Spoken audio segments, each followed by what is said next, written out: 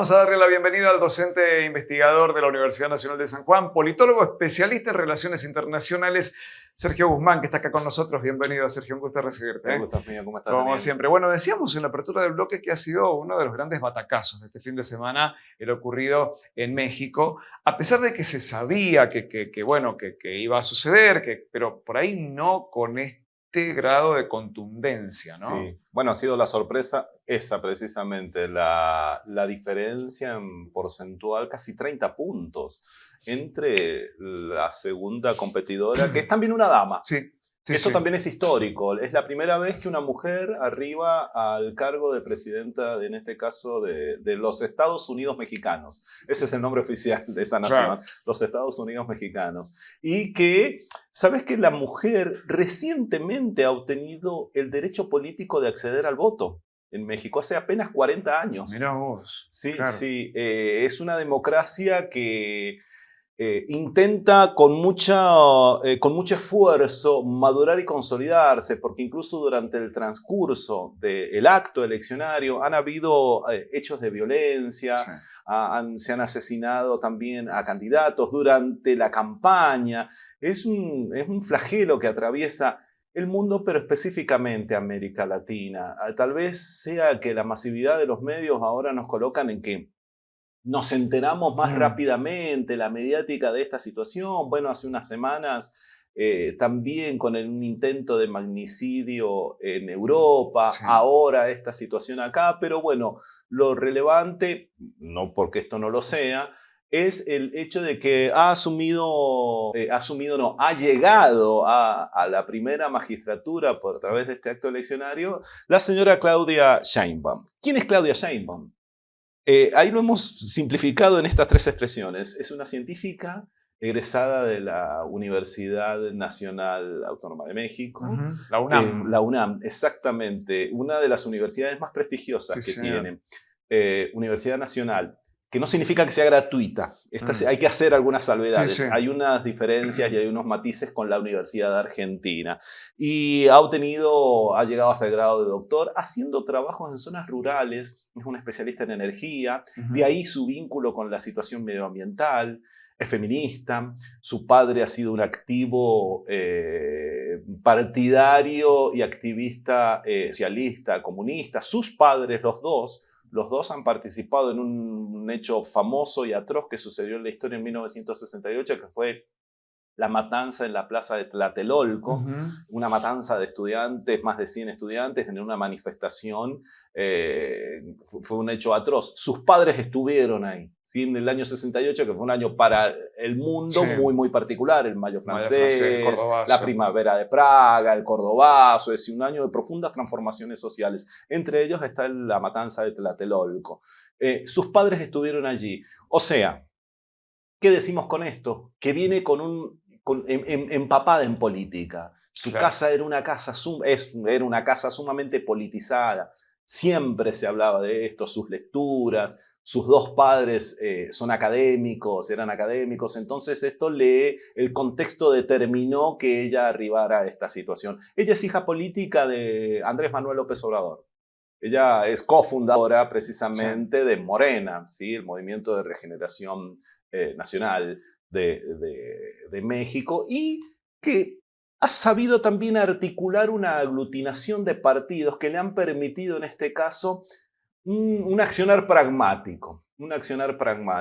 Si bien Andrés Manuel López Obrador ha atendido mucho la cuestión social, se le critica hasta el día de hoy constantemente que ha desatendido cuestiones económicas que tienen que ver con los empresarios, la relación con el sector privado, la relación con la misma prensa, porque ha tenido choques con la prensa, las famosas mañaneras, las conferencias que hacía diariamente, eso sí hay que reconocerlo. Diariamente iba y se exponía y... en vez de Adorni era el presidente directamente. El presidente, pero él plantaba la agenda. Es decir, un proceder político interesante eso, en donde él plantaba y se enfrentaba a los periodistas. Los ha confrontado y él diseñaba e imponía la agenda del diario prácticamente. Y bueno, ha llegado a la presidencia, reitero nuevamente, ha sido electa, la presidencia electa en este caso. Quiero preguntarte, y disculpas por la interrupción, pero me parece No, por interesante. Leía días atrás, en la víspera de las elecciones mexicanas,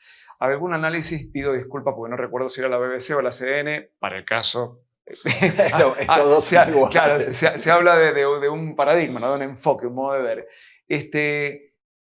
Poniendo en valor la construcción política, Sí. la alianza social de AMLO con la gente. Sí. Digo, hoy en definitiva la presidenta electa se sustenta Sí. en esta construcción que supo hacer AMLO, que se retira también con un nivel de aprobación del orden del 60%. Exactamente, 67%, más del 65%. Claro, y es un fenómeno de estudio, Sí. porque además de ser un hombre de izquierda, o a pesar de ser un hombre de Para izquierda, algunos. a pesar de ser, claro, y de estas observaciones, de sus roces con el sector privado, pero entrega un Estado equilibrado con superávit Sí. fiscal. Que parece incompatible una cosa con la otra, Sí, ¿no? sí, Y bueno, sí. Entrega una administración saneada. claro. Un Estado administrativamente saneado. Daniel, México ha logrado en la gestión de López Obrador, la gestión dura 6 años, desde el 2018 él ha arribado a la presidencia. México ha logrado superar a China como principal socio comercial de los Estados Unidos.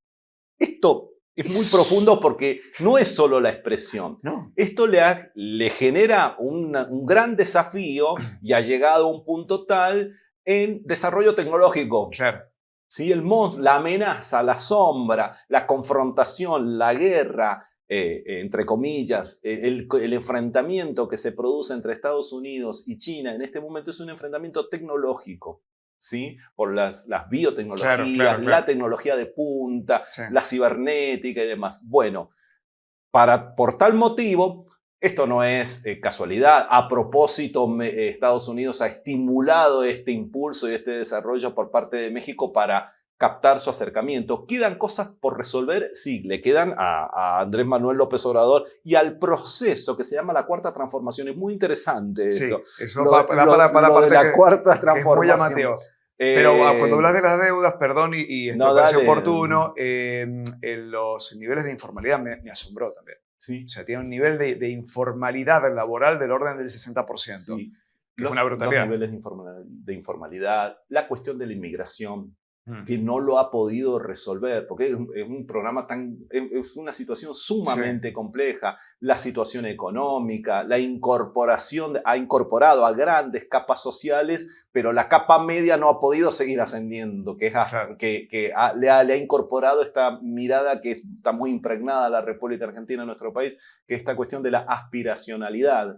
Entonces, esa mirada aspiracional, la capa media no ha podido seguir escalando. Sí ha incorporado a las economías formales en su mayoría, informales en otras, pero le ha mejorado la calidad de vida a una gran franja de la población. Esto no quita que el Estado, en los estados del norte, limítrofe de los Estados Unidos, el Estado de México ha perdido cierto control contra los cárteles, contra las bandas criminales, las organizaciones de narcotraficantes, etc. Tiene grandes desafíos. La señora, cuando asuma, va a tener que enfrentarse a un diseño y a un mapa latinoamericano que parece muy alternante, porque esto nos lleva también a entender, hay un avance de las derechas en América Latina y también podría decirse, hay un avance de los progresismos, de los centros o izquierdas en América Latina. Lo que creo yo que hay es una alternancia constante. Si nos fijamos, todos han alternado. Fíjate el caso de Brasil con Bolsonaro Lula, fíjate el caso de Argentina con Fernández Milei, fíjate el caso de Chile, Piñera, y podés seguir viendo esa alternancia, salvo el caso de México. Claro, en México se rompió eso. ¿Ves? Sí. Es muy interesante esto. Considerando más aún que el mandato, para ser un mandato presidencial, es bastante extenso. 6 años. Entonces, claro. presidente que también le tocó transitar por la pandemia. Siendo esta señora la alcaldesa, la intendenta, en nuestro caso, del DF. Nada más y nada menos que del DF. ¿Sí? En México han votado casi 70 millones, es decir, estaban habilitados 98 millones de ciudadanos para ir a votar. tanto adentro como fuera de su territorio. 98 millones. 98 millones de ciudadanos. Y para ver la monstruosidad de que hay cuando vemos la importancia del atributo padrón de la población. argentino por 3, por lo menos, Más por o 4. menos, sí, 3 veces y media, sí, más o menos, el padrón argentino. Imagínate, es un montón. Sí. Entonces, esas son las personas que estaban... Es un país de 127 millones de habitantes, un poco más de 127 millones de habitantes. De esos 127, 98 estaban en condiciones, casi 80... han ido a votar, más de lo que pasa es que los números se están publicando en estas horas, más de 70 millones de personas han ido a votar. También habla de la alta tasa de participación en esto. Claro. La apatía, bueno, es alentador para nosotros que alentamos y bregamos por la democracia y la participación, es alentador estos altos niveles de participación en las urnas, Mucho tiene que ver con ella. Mucho, por supuesto, el candidato es quien pesa, ¿sí? Pero la sorpresa ha sido esto. El amplio margen, reiteramos, con la segunda persona, que también es una mujer. Que también es una mujer, la señora Gálvez. Entonces, en este panorama complejo, se encuentra con nuevos desafíos. Los desafíos medioambientales, producto de su formación. Ella es una militante feminista de la incorporación de la mujer en la participación política, las alienta a que participen, porque la construcción que existe allá no es la naturalidad nuestra. ¿Sí? Intento con esto llevar a una sana comparación, por favor.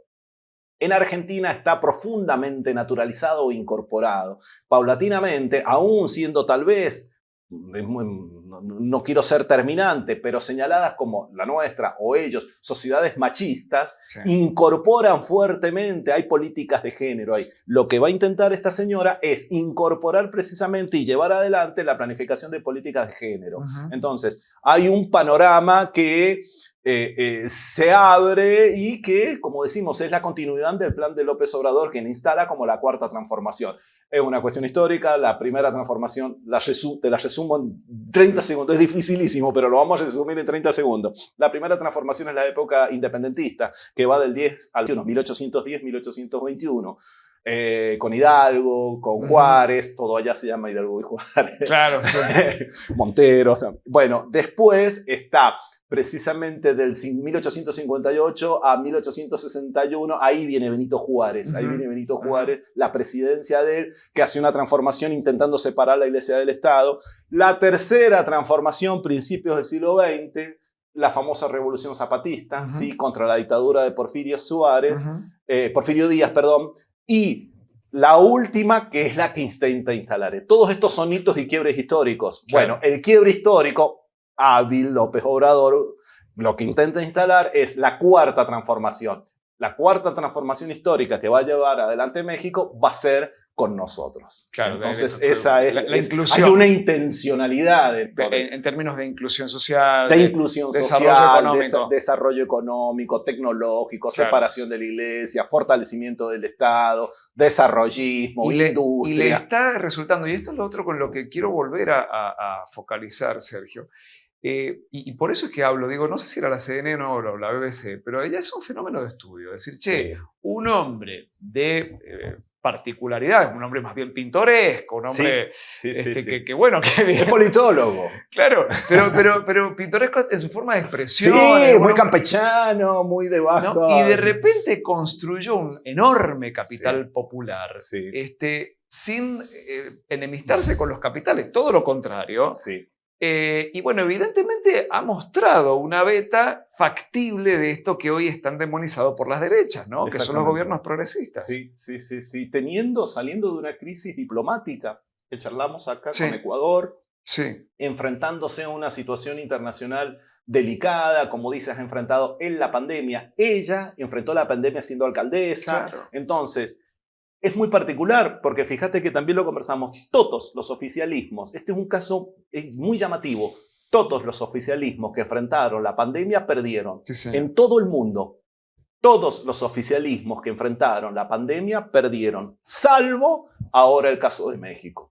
Las sociedades, los fenómenos sociales y políticos en este sentido son fascinantes para estudiarlo, ¿viste? Totalmente. Porque ahora lo que está pasando, por eso lo abordamos acá en Banda Ancha, por eso es histórico esto, más siendo una mujer ahora. Sin bajarle el precio a otros países latinoamericanos, porque han sido varias las mujeres que han llegado a la presidencia, pero bueno, Brasil Argentina, México tienen un calibre diferente, ¿no? Así es. En términos de magnitudes, ¿no? Sí, Digo, el volumen de su economía, no la es extensión igual, territorial, no es lo exactamente. mismo ser presidenta de México, Sí, digo, sí, claramente es un rol muy importante. Sí. Teniendo al lado, como dice Galeano, tan lejos de Dios y tan cerca del diablo.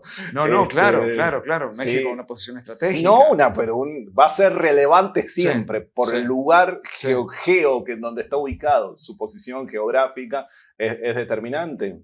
Tiene muchísimos desafíos y transformaciones muy profundas. Algunos autores ya lo colocan como un país del segundo mundo. Claro. Sí, no del tercero ni de tercer orden, para no utilizar un término de hace varios años. Sí. Pero sí lo ubican porque tiene una potencialidad, tiene salida a los dos océanos para empezar. Sí. Ya hay una barrera de defensa natural extraordinaria, que es la misma que tienen los Estados Unidos.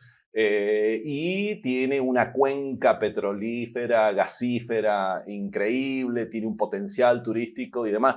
Tiene bolsones de pobreza, tiene problemas con el narcotráfico, porque cuando el Estado se corre, lo que sucede es que aparecen las bandas y aparecen los particulares con sus intereses particulares. Sí. Y el interés del Estado es un interés general. Cuando el Estado se corre, sucede esto. Y aquí es cuando el Estado comienza a perder control. Por eso se intenta avanzar sobre cuestiones tales como la criminalidad, cuestiones tales ahora como la incorporación de todavía los que quedan excluidos. Es decir, creo yo, hay que tener la abarcativa en ese sentido. Bueno, va a ser muy interesante ver cómo funciona, cómo procede Claudia Sheinbaum, que se ha convertido en noticia mundial, precisamente por esto que estamos hablando. Sergio, muchas gracias. Gracias a vos, que esté todo bien. Sergio Guzmán, como cada lunes, nos acompañó aquí en Banda Ancha. Hacemos la última pausa. ¿Qué hora es? Sí, la última pausa. Y ya volvemos.